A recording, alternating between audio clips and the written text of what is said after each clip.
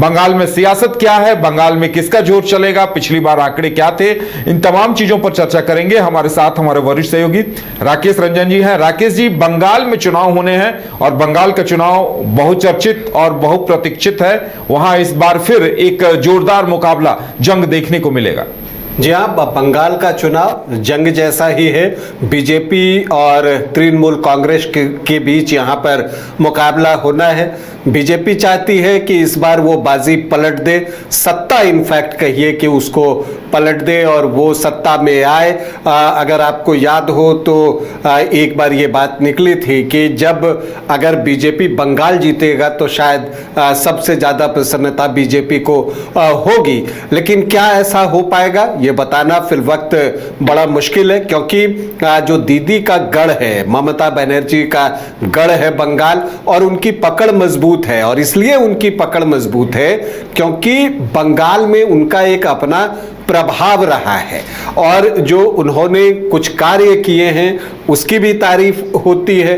दूसरी बात, वो लड़ना जानती हैं, वो सड़क पर आकर लड़ती हैं, जनता के बीच रहती हैं। और यही फर्क है अन्य राज्यों के जो क्षेत्रीय नेता हैं और ममता बनर्जी के बीच में। ममता बनर्जी वहां पर रहकर चुनाव लड़ती हैं और अगर आप पिछली बार देखिए तो जो 294 सीट है पश्चिम बंगाल में, अगर आप उसको देखिए तो वहां मैजिक फिगर जो है 148 का बनता है।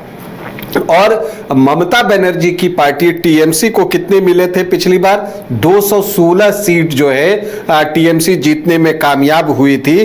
और अगर आप देखें तो बीजेपी ने भी पिछली बार अच्छी सफलता अर्जित की थी और चुनाव जो 2021 में हुआ था तब 77 सीटों पर कामयाबी जो है वो बीजेपी को मिली। हालांकि बाद में उपचुनाव में उसने कई सीट गंवाई। तो अब अगर आप यहां पर एक चीज को देखिए कि अगर आप पश्चिम बंगाल को पूरा देखते हैं क्षेत्र के आधार पर, अगर उसको आप बांटिए तो नॉर्थ बंगाल, साउथ बंगाल और राडबंगा में जो है ये बंटता है।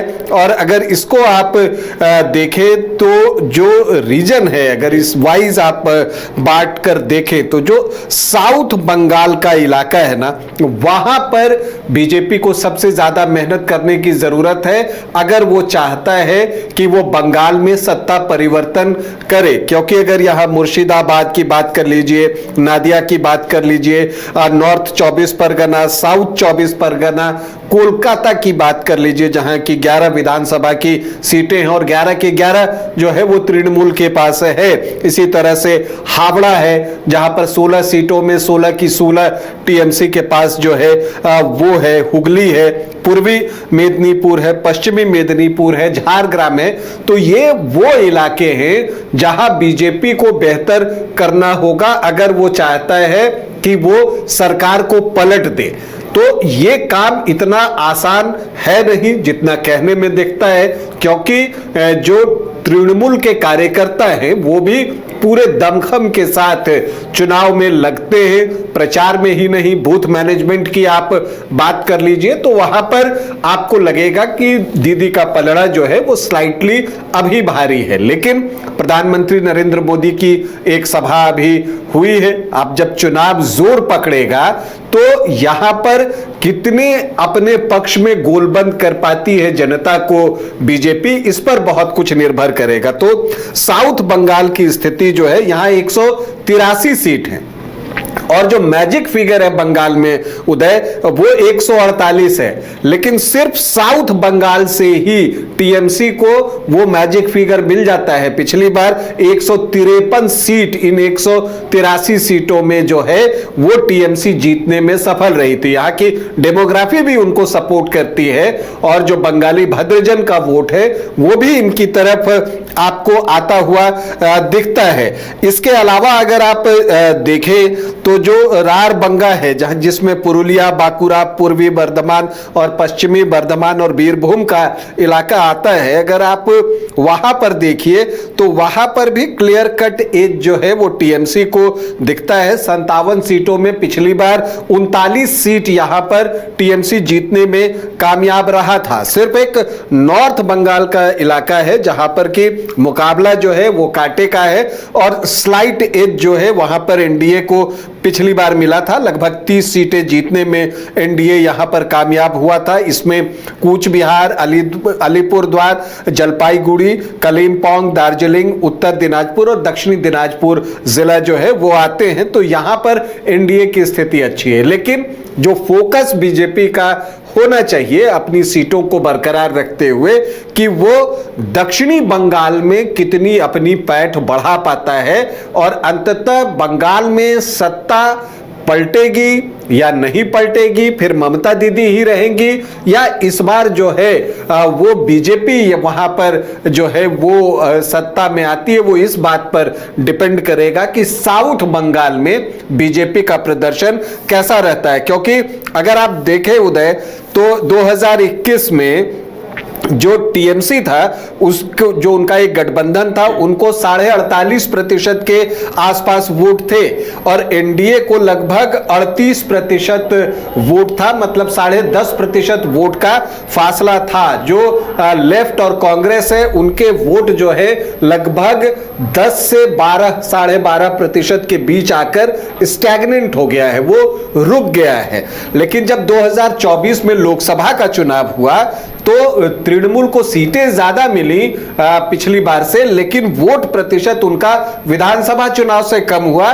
48.5% से लगभग 2% का उनको नुकसान हुआ, 46.2%। और एनडीए की सीटें कम हुई लेकिन उनका वोट बढ़ा 39.10%, जो कि 37.98% था। तो 1.25% का इजाफा एनडीए के वोट में हुआ लोकसभा चुनाव के दौरान और लेफ्ट और कांग्रेस का वोट वो 11%, वो उसी के आसपास बना हुआ है। एक और बात वहां अहमियत रखती है क्योंकि पिछली बार कांग्रेस और लेफ्ट वहां जीरो हो गए थे, तो लेफ्ट और कांग्रेस इस बार क्या उनका लग रहा है?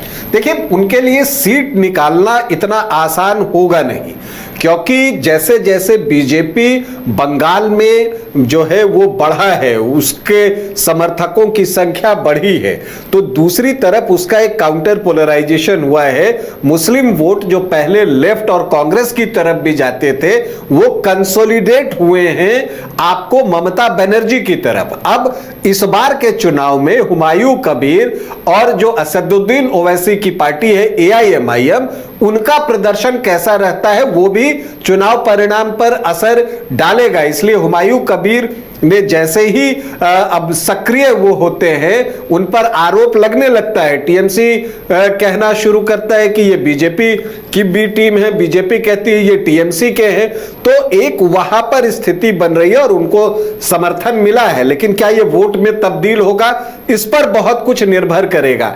देखिए, कांग्रेस को जितना ज्यादा वोट आता है और अगर उसमें अल्पसंख्यक वोट आता है तो बीजेपी को फायदा होगा, लेकिन क्या ऐसा होगा ये एक बड़ा सवाल है। क्योंकि लोकसभा के चुनाव और विधानसभा के चुनाव में जो बेसिक फर्क दिखता है, और यहां पर जो हमने वोट परसेंट भी देखा कि विधानसभा चुनाव से कम प्रतिशत वोट टीएमसी को लोकसभा चुनाव में मिला और बीजेपी का वोट प्रतिशत विधानसभा चुनाव की तुलना में बढ़ा, तो वो इसलिए बढ़ा क्योंकि वो केंद्र का चुनाव था। वहां पर नरेंद्र मोदी के नाम पर भी कुछ वोटों का इजाफा होता है जब लोकसभा का चुनाव है, और एग्जैक्टली इसका वाइसे वर्सा जो है वो विधानसभा चुनाव के दौरान होता है। वहां पर चूंकि मुख्यमंत्री का चुनाव करना होता है तो ममता बनर्जी को एक एज मिलता है कि उनको मुख्यमंत्री के तौर पर जो है कुछ 1-2% वोट जो टीएमसी का वोट है उसमें और इजाफा हो जाता है। तो जो फ्लोटिंग वोटर्स होते हैं जो किधर भी चले जाते हैं,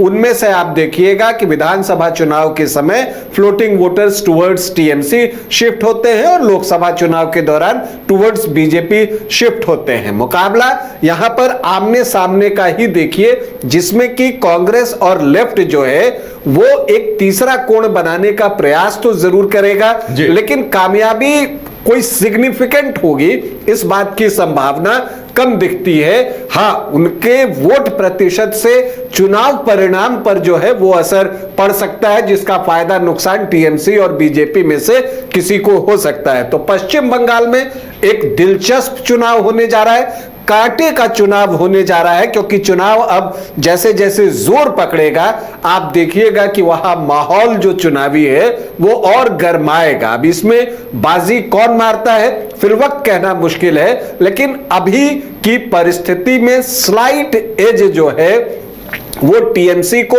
दिखता है। पिछली बार जैसी स्थिति नहीं है, बीजेपी उसमें सुधार करने में कामयाब हुई है, लेकिन क्या वो सुधार ऐसा है कि वो सत्ता पलट दे, ये एक सबसे बड़ा सवाल है पश्चिम बंगाल में। चलिए, तो अब देखने वाली बात यह होगी कि पिछली बार 294 में से 213 सीटें तृणमूल ने जीत ली थी, तो इस बार वो करिश्मा बरकरार रख पाती है या फिर बीजेपी उसे वहां